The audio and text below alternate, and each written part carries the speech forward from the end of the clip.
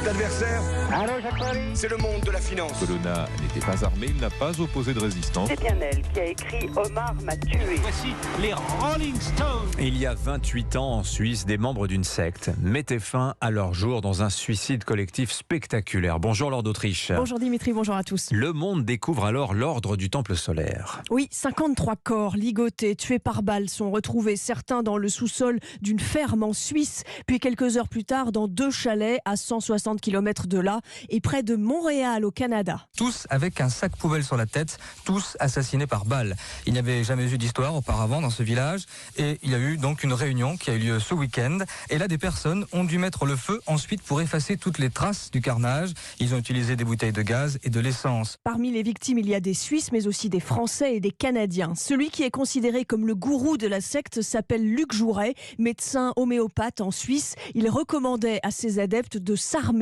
pour se préparer à l'apocalypse.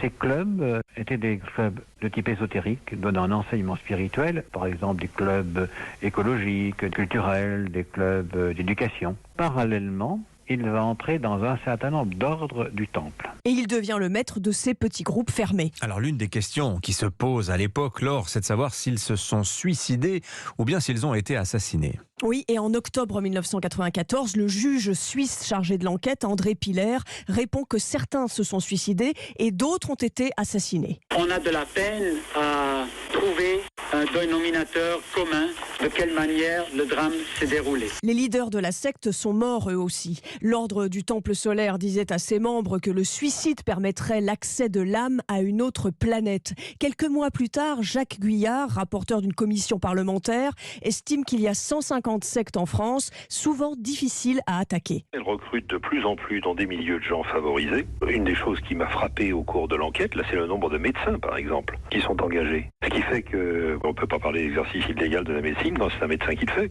L'enquête ici va durer plusieurs années. Un procès s'ouvre en 2001 à Grenoble avec un seul prévenu, Michel Tabachnik, chef d'orchestre franco-suisse qui avait des liens avec les responsables de la secte, mais qui a toujours nié son implication dans l'ordre du Temple solaire. Il sera relaxé au bénéfice du doute. Merci beaucoup Laure d'Autriche pour cette page d'histoire de France. Tiens, vous allez souvent au restaurant peut-être.